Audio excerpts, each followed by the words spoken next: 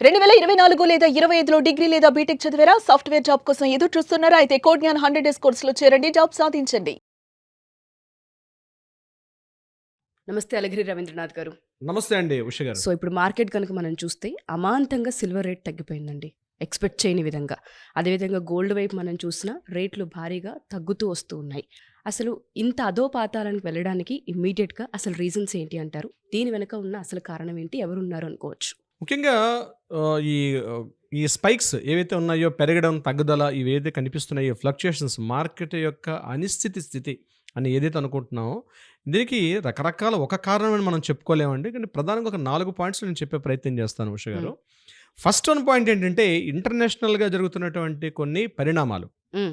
Trump తీసుకున్నటువంటి విధానపరమైనటువంటి ఏదైతే నిర్ణయాలున్నాయో అది ఇంటర్నల్‌గా ప్రతి దేశం మీద కూడా ఒక ప్రభావాన్ని చూపుతుంది. ఇది కేవలం భారతదేశం ఒక్కటే కాదు. కొంతవరకు భారతదేశం అనిశ్చితిగా ఉంది కాబట్టి ఈ పరిస్థితిని ఎదుర్కొంటున్నాం గానీ, లేకపోతే మనం తీసుకున్న నిర్ణయాల మీదే ఎప్పుడైతే వెనిజులా మీద ముదురోని అరెస్ట్ చేసుకొని ఎప్పుడైతే తీసుకెళ్లారో అది ఇంటర్నల్‌గా రష్యా యొక్క ముడి చమురును కొనవద్దు. మా దేశం మీద ఆధారపడుతున్నటువంటి కొన్ని దేశాల వద్ద మాత్రమే మీరు చమురుని అది ఏదైతే ఈ క్రూడ్ ఆయిల్‌ని పర్చేజ్ చేసేది అక్కడే చేయాలి తప్ప రష్యాతో చేయవద్దని చెప్పి ఆయన గట్టిగా ఆంక్షలు కూడా విధించే ప్రయత్నం చేశారు. భారతదేశం నుంచి వచ్చే దిగుమతులపైన కూడా ప్రెజెంట్ దాన్ని ఆల్రెడీ 100% పెంచారు. ఆ తొందరలో మీరు యొక్క ఈ క్రూడ్ ఆయిల్ పర్చేజింగ్ మా దగ్గర మేము పాలిస్తున్నటువంటి అంటే అమెరికా లాంటి దేశాల యొక్క ఆధిపత్యంలో ఉన్నటువంటి దేశాల నుంచి కానీ ఆయిల్ పర్చేజ్ చేయకపోతే భారతదేశం నుంచి వస్తున్నటువంటి ఎగుమతులపైన 500% ఆఫ్ ట్యాక్స్ సుంకాలను కూడా విధిస్తామని చెప్పి ట్రంప్ బాహాటంగా ప్రవర్తించారు. అదే టైంలో మనకి రష్యా అధ్యక్షుడు పుతిన్ కూడా భారతదేశం యొక్క పర్యటనకు కూడా రావడం ఇవన్నీ కూడా ఇంటర్నేషనల్ చేంజెస్ అన్నీ కూడా ఈరోజు బంగారం మీద సిల్వర్ మీద చాలా చేంజెస్ అయితే కనిపిస్తున్నాయి. ముఖ్యంగా అక్కడ కెవిన్ వార్ష్ అనే పర్సన్ని ఫెడరల్ బ్యాంక్ ఆఫ్ చీఫ్గా అపాయింట్మెంట్ చేస్తానని చెప్పి అంటే పోవెల్ మొన్నటి వరకు ఉన్నటువంటి ప్రెసిడెంట్ ఫెడరల్ బ్యాంక్ చీఫ్గా ఉన్నటువంటి పోవెల్ రేపు 2026 మే వరకు ఆయన పదవీకాలం ఉన్నప్పటికీ కూడా తన అనుచరుడైనటువంటి కెవిన్ వార్ష్ని అయితే అపాయింట్ చేస్తానంటాం. ఎందుకు ఇక్కడ కెవిన్ వార్ష్ వస్తే ఏమవుతుంది? తప్పనిసరిగా ఆయన అనడం ఏంటంటే డాలర్ యొక్క పవర్ ఏదైతే ఉందో అది ఇంకా స్ట్రాంగ్ చేస్తామని. ఈరోజు డాలర్ వాల్యూని రూపీతో కంపేర్ చేసుకుంటే ఈరోజు మనం మాట్లాడుకున్న సమయానికి 91.63 పైసలు ఉంది. అది సుమారుగా 92 రూపాయలకి అటు ఇటుగా ఉంది. అది కాస్త స్ట్రాంగ్ అయితే డాలర్ స్ట్రాంగ్ అయితే రూపీ వాల్యూ పడిపోతుంది. డాలర్ వాల్యూ పెరిగితే ఇక్కడ గోల్డ్ రేట్ తగ్గిపోతుంది. ఇది యాక్చువల్గా ఫార్మల్ రీక్వెల్. కానీ ఇక్కడ మనం మాట్లాడుకుంటున్నాం ఏంటంటే డాలర్ వాల్యూ పెరిగితే మిగిలిన దేశాలు ఏం చేస్తాయి అంటే ఆటోమేటిక్గా బంగారాన్ని ఈ మొత్తంలో అవి సేలింగ్ చేస్తాయి కాబట్టి ఆటోమేటిక్గా గోల్డ్ రేట్ మీద ఇంపాక్ట్ చూపిస్తుంది. అదే ఈరోజు జరుగుతున్నటువంటి ప్రధాన కారణంగా మనం మాట్లాడుకోవచ్చు ఈరోజు జరుగుతున్న విషయానికైతే. అయితే ఇక సిల్వర్ విషయానికి మనం మాట్లాడుకోగలిగితే సిల్వర్ ఎందుకు పెరుగుదల వస్తుందంటే చాలా మందికి గోల్డ్కి సిల్వర్కి ఉన్న తేడా ఏంటంటే గోల్డ్ మనం స్టోరేజ్ కోసం వాడతాం. అది వ్యక్తిగతంగానైనా సంస్థల పరంగానైనా. ఇప్పుడు మీరు రిచెస్ట్ పర్సన్ మీరు పూరెస్ట్ పర్సన్ అంటే మనం ఏం చెప్తాం? మనకున్నటువంటి కార్లు మనకున్న నివసిస్తున్నటువంటి మన హౌస్ మన బంగళా మన ఇల్లు అంతేకాకుండా మనకున్న స్థలాలు మనకున్నటువంటి పొలాలను బట్టి ఒక వ్యక్తి యొక్క సంపదని వెల్త్ అని చెప్తాం. అలాగే ఒక దేశం యొక్క ఆర్థిక వ్యవస్థ సంపద చెప్పాలంటే ఆ దేశంలో ఉన్నటువంటి బంగారపు నిల్వలను చూచి మనం ఏం చేస్తామంటే ఈ దేశం ఎంత రిచెస్ట్ కంట్రీ అనేది మనం పరిగణలో తీసుకుంటాం. ఇది బేసిక్ ఇది స్టాండర్డ్స్ ఉంటాయి.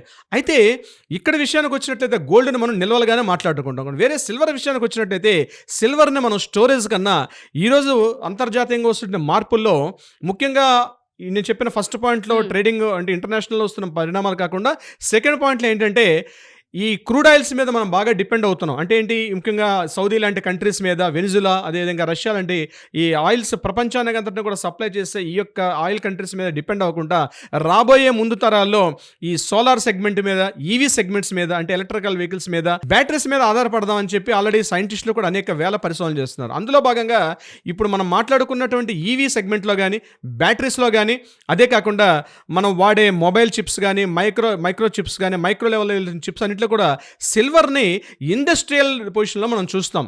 అంటే కేవలం మనం ఆర్నమెంట్గా సిల్వర్ని చూడకపోయినప్పుడు కూడా ఇండస్ట్రియల్గా చూసినట్లయితే ఆటోమేటిక్గా సిల్వర్ యొక్క వినియోగం చాలా ఎక్కువ ఉంటుంది. అంటే ముఖ్యంగా ఈవీ కార్స్లో కానీ బ్యాటరీస్ తయారు చేసేటప్పుడు అంటే డైరెక్ట్గా ఇండైరెక్ట్గా అంటే డైరెక్ట్గా యూజ్ చేస్తుంటే డైరెక్ట్గా సిల్వర్ని వాడకపోయినప్పుడు కూడా అది మిగిలిన కాంపోనెంట్స్తో కలిసి అంటే కాపర్ కానీ జింక్ కానీ నికెల్తో కానీ అట్లాంటి కాంపోనెంట్స్తో కలిసి దీన్ని ఆటోమేటిక్గా వాడతాం. కాబట్టి రాబోయే రోజుల్లో సిల్వర్కి మాత్రం చాలా వాల్యూ ఉంటుంది. బంగారంతో కంపేర్ చేస్తే బంగారం స్టోరేజ్కి వాడతాం, సిల్వర్ని మాత్రం ఇండస్ట్రియల్ యాక్టివిటీస్లో చాలా వరకు వాడతారు. సో మొన్న రీసెంట్గా వెనిజులా మీద అటాక్ చేసి రాత్రి 2:30 Disember 4 తారీఖు నాడు వెనిజులా ప్రెసిడెంట్ అయినటువంటి ముదురోని అతని భార్యని కూడా అర్ధరాత్రి ఒక డ్యాగ వచ్చి ఎలా అయితే ఎత్తుకుపోతుందో ఆయన స్థావరానికి వెళ్ళి ఆయన్ని అరెస్ట్ చేసి తీసుకుని ఈరోజు న్యూయార్క్లో ఉన్నటువంటి ఆయన జైల్లో బంధించడం అన్నది ఇది ప్రారంభ సూచికగా మనం మాట్లాడుకుంటే ఇప్పుడు ఈరోజు జరుగుతున్నటువంటి ఈ యొక్క బంగారం అదేవిధంగా సిల్వర్ యొక్క ఈ ఉత్తాన పతనాలు అంటాం, అంటే ఈ యొక్క రేట్స్ పెరగడం తగ్గుదల ఏదైతే ఈ అనిశ్చితి ఉందో దీనికి ప్రధానంగా ట్రంప్ యొక్క విధానపరమైన నిర్ణయాలు అన్నది మనం చెప్పుకోవచ్చు. ఇది కామన్ మనకు అర్థమయ్యే భాష కాకపోవచ్చు. కామన్ మనం ఏమనుకుంటా అంటే నేను సగటు జీవిగా ఏమనుకుంటాడు, ఈ బంగారం నేను ఎక్కడ సేవ్ చేసుకుంటాను కదా, ఈరోజు రాబోయే పెళ్లిళ్ళు ఉన్నాయి కదా, ఇందులో ఈ బంగారం అనేది నాకు చాలా ఇంపాక్ట్ అవుతుంది అని అనుకుంటాడు. కానీ నేను ప్రధానంగా అనేక వీడియోలు చెప్తున్నాను, ఇప్పుడు కూడా చెప్తున్నాను, దయచేసి ఇటువంటి సందర్భంలో ఒక రకమైన ఫోమో అంటాం, ఫియర్ ఆఫ్ మిస్సింగ్ అవుట్, అయ్యో కొనుక్కోలేకపోతున్నానే అన్నటువంటి భావంలోకి వెళ్ళిపోకుండా ఏమీ జరగదు, అద్భుతాలు అయితే ఖచ్చితంగా జరగవు, భయపడాల్సిన అవసరమే లేదు. బంగారాన్ని స్థిరత్వంగా వచ్చినప్పుడే, ఇప్పుడు ఫ్లక్చుయేషన్స్ ఉండేటప్పుడు మనం ఏది కూడా నిర్ణయాలు తీసుకోలేము. ఈరోజు మనం చూసినట్లయితే జనవరి 30-31 తారీఖుల్లో మొన్నటి వరకు 1,72,000 రూపాయలు 10 గ్రాముల గోల్డ్ ఉన్నటువంటి అమాంతంగా పెరిగిన గోల్డ్ రేటు అనూహ్యంగానే అదేవిధంగా పడి ఈరోజు 1,40,000 ఇప్పుడు మనం మాట్లాడుకున్న సమయానికి 1,42,000కి రీచ్ అయింది. ఇంత పడిపోవడం అనేది ఎవరు ఎక్స్పెక్ట్ చేయలేదు. అంటే ఇంకా తగ్గుతుందా తగ్గదా అన్నది అది మార్కెట్ నిర్ణయించే పరిస్థితి వస్తుంది. ఇక సిల్వర్ విషయానికి మనం మాట్లాడుకోగలిగితే 4 లక్షల రూపాయల గరిష్ట స్థాయికి ఒక కిలో సిల్వర్ 4 లక్షల రూపాయలు రీచ్ అయిన సిల్వర్ ఈరోజు డ్రాస్టిక్గా 1,60,000 రూపాయలు పతనం చెంది ఈరోజు 2,80,000 నుంచి 3 లక్షల రూపాయల వరకు కిలో సిల్వర్ పడడం అనేది ఎవరు కూడా ఊహించలేదు. సో ఇటువంటి పరిస్థితుల్లో వేలం వెర్రిగా షాపుల ముందు క్యూలు కట్టేసి, లేకపోతే పిచ్చిగా ఉన్నటువంటి అప్పులు చేసేసి, ఉన్న పాత బంగారాన్ని తాకట్టు పెట్టేసి కొత్త అప్పులు చేసేసుకొని ఏదో జరిగిపోతుంది, ఇంకా 5 లక్షలు రీచ్ అయిపోద్ది, 3 లక్షలు రీచ్ అయిపోద్ది బంగారం అని ఒక పిచ్చి వ్యామోహంలో దీన్ని అడ్వాంటేజ్ చేసుకుంటుంటే కొన్ని యాప్స్ వాళ్ళు కానీ ట్రేడ్ మార్క్ కలిగిన కొన్ని సంస్థలు కూడా దీన్ని వలవేసి మన యొక్క అమాయకత్వాన్ని, మన యొక్క యాంగ్జైటీని సొమ్ము చేసుకొని ఒక ట్రాక్లో పడే అవకాశం కూడా ఉంటుంది. దయచేసి సిల్వర్ కానీ గోల్డ్ కానీ ఏదైనా సరే ఈ ట్రాక్లో పడాల్సిన అవసరం లేదు. జస్ట్ వెయిట్ అండ్ సీ, కొద్ది రోజులనే మార్కెట్ మళ్ళీ స్థిమితంగా వచ్చే అవకాశం ఉంటుంది. బట్ ఏదేమైనప్పుడు కూడా these are the bad indications for the international marketing. So రాబోయే రోజుల్లో ఏదో జరగబోతుంది ప్రపంచవ్యాప్తంగా. అందుకని నేను బడ్జెట్లో కూడా నిర్మలా సీతారామన్ గారు ఎక్కడ ప్రత్యేకంగా ఈ విషయాన్ని ఎక్కడ టచ్ చేయకుండా వెళ్ళారు. ఇంకొకటి నా వ్యక్తిగత అభిప్రాయం ఏంటంటే రాబోయే నెక్స్ట్ 1-2 మంత్స్లో వెస్ట్ బెంగాల్తో సహా మన 5 రాష్ట్రాల్లో ఎన్నికలు కూడా ఉన్నాయి. మనకు ముందు నుంచి తెలుసు, ఎప్పుడైనా ఎలక్షన్స్ జరుగుతున్నాయంటే ఆ ప్రత్యేక రాష్ట్రానికి ప్రత్యేక రాయితీలు, సంక్షేమ పథకాలు, వరాల జల్లులు కురుస్తుంటాయి. కానీ రాబోయే రోజులు ఎలక్షన్స్ ఉన్నప్పుడు కూడా అటు తమిళనాడు, అదేవిధంగా వెస్ట్ బెంగాల్, అస్సాం ఇట్లాంటి రాష్ట్రాలకి ప్రత్యేకంగా ఎటువంటి సంక్షేమ పథకాలు ఇవ్వకుండా ఏదైతే బడ్జెట్ ఉందో యాజ్ ఇట్ ఈజ్ బడ్జెట్ని ఇవ్వడం మాత్రం కొంత అనుమానాస్పదంగా ఉంది. అంటే ఏదో జరగబోతుంది ఇంటర్నేషనల్గా, దాన్ని ముందు సూచిగా వేశారు. కానీ ఒకటి ఇక్కడ మనం గమనించాల్సింది ఏంటంటే ట్రంప్ అక్కడ విధానపరంగా తీసుకున్న నిర్ణయాలు, సుంకాల పట్ల, ట్యాక్స్ల పట్ల ఆయన తీసుకున్న వాటికి చెక్ పెడుతూ నిర్మలా సీతారామన్ గారు తీసుకున్న బడ్జెట్ ప్రవేశంలో కూడా కొంత అంటే భారతదేశం ఈరోజు ఎటువంటి పరిస్థితి వచ్చినా ఎదుర్కొంటా ఉన్నటువంటి ఒక సాహసోపేతమైనటువంటి నిర్ణయాలు తీసుకోలేదు. ఒక స్టెబిలిటీ, కన్సిస్టెన్సీ ఇంపార్టెంట్. అది ఈరోజు మన బడ్జెట్లో నేను చూసాం. సో గోల్డ్ విషయంలో కూడా ఏదైతే నిన్న నిర్మలా సీతారామన్ గారు బడ్జెట్లో మాట్లాడిన మాటలు ఒకసారి వినగలిగితే అర్థమవుతుంది.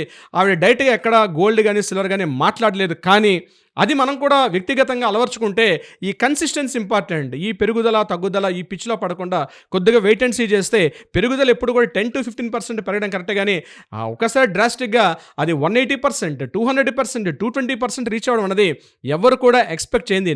2025 ఏప్రిల్లో సుమారుగా ₹1,95,000 నుంచి ₹1,00,000 ఉన్నది. ఈరోజు మార్కెట్ వాల్యూ చూసి అంతంతగా పెరగడం ఉంది ఎవరు కూడా ఎక్స్పెక్ట్ చేయలేకపోతున్నాం. సో ఈ టైంలో కొనుక్కోకపోవడం మంచిది. అక్కడ ఎప్పటికప్పుడు మనం అందజేద్దాం అప్డేట్స్ అన్నీ కూడా. కానీ బట్ ఏంటంటే గుర్తుపెట్టుకోవాల్సింది ఈ యొక్క పిచ్చిలో మాత్రం ఏదో జరిగిపోతుందన్న విషయంలో మాత్రం ఉండకండి. దయచేసి పెళ్ళిళ్ళు ఎవరైతే చేసుకోబోతున్నారో అమ్మాయిలకు కానీ అబ్బాయిలకు కానీ దాన్ని మీరు ఫిజికల్ గోల్డ్ రూపంలో కాకుండా బాండ్స్ ఉన్నాయి, ఈరోజు ఈటీఎఫ్స్ ఉన్నాయి, రకరకాల మార్గాలు ఉన్నాయి. వాటిల ద్వారా అమ్మాయిని అతవరించే ప్రయత్నం చేయండి. అంతే తప్పించి ఫిజికల్ గోల్డ్ ఉంటేనే ఒరిజినల్ గోల్డ్ అన్నటువంటి ఒక భ్రమ, ఒక పిచ్చి వ్యామోహం నుంచి బయటపడితే ఎల్లో మెటల్గా చూడండి, వైట్ మెటల్గా చూడండి తప్ప అదేదో అద్భుతమైన వస్తువు అయితే కాదని చెప్పి నా అభిప్రాయం. ఉష గారు, డెఫినెట్గా సార్, ప్రపంచవ్యాప్తంగా జరుగుతున్న బిజినెస్కి సంబంధించిన అదొక ట్రిక్ అని చెప్పాలో ఏమని చెప్పాలో తెలియదు. కానీ బట్ సామాన్య మానవులకి ఏదైతే ఇన్ఫర్మేషన్ కావాలో ఇన్వెస్ట్మెంట్ రూపంలో వెళ్ళే ప్రాసెస్లో, సేవ్ చేద్దాం అనుకునే ప్రాసెస్లో, ఇంట్లో ఫంక్షన్స్ ఉన్నాయన్న ప్రాసెస్లో డెసిషన్ ఈజీగా క్యాచ్ చేస్తారు. వాళ్ళకు ఒక రైట్ ఇన్ఫర్మేషన్ ఇచ్చినందుకు thank you sir. Thank you so much. Thank you so much Usha గారు.